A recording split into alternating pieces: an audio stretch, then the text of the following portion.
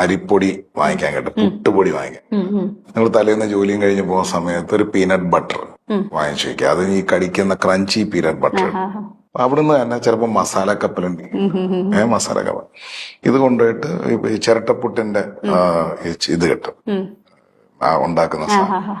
അതിനകത്ത് ചില്ലിട്ടിട്ട് തേങ്ങാപ്പീര ഇടുക, പുട്ടിന്റെ പൊടി നനച്ച് ചെറിയൊരു ചൂടുവെള്ളത്തിൽ നനച്ചിട്ട് പുട്ടുപൊടി ഇടുക, 1 ടേബിൾ സ്പൂൺ പീനട്ട് ബട്ടർ വയ്ക്കുക, കുറച്ച് തേങ്ങ ഇടുക, പിന്നെയും പുട്ട് ഫില്ല് ചെയ്തിട്ട് ക്ലോസ് ചെയ്ത് സ്റ്റീം ചെയ്യാം. അപ്പൊ ഒരു 7 മിനിറ്റ് ഇതിനകത്ത് പുട്ട് റെഡിയാവും. ഈ പുട്ട് നേരെ കമത്തി ഒരു പ്ലേറ്റിൽ അടിച്ചിട്ട് സൈഡിൽ ഈ മസാല കപ്പലണ്ടിയും ഈ കോഫിയും വെച്ചിട്ട് ഈ പുട്ട് പൊക്കണം. പൊക്കുമ്പോഴത്തേക്ക് ഈ പുട്ടിനകത്തുനിന്ന് ഈ പറയുന്ന പീനട്ട് ബട്ടർ ഇങ്ങനെ മെൽറ്റ്, ആ പുട്ടും പീനട്ട് ബട്ടറും ആ കോഫിയും ഇടയ്ക്കിടയ്ക്ക് ആ കപ്പലണ്ടിയും കൂടെ കഴിച്ചു പോകണം. സിമ്പിൾ ബ്രേക്ക്ഫാസ്റ്റ് ആയി.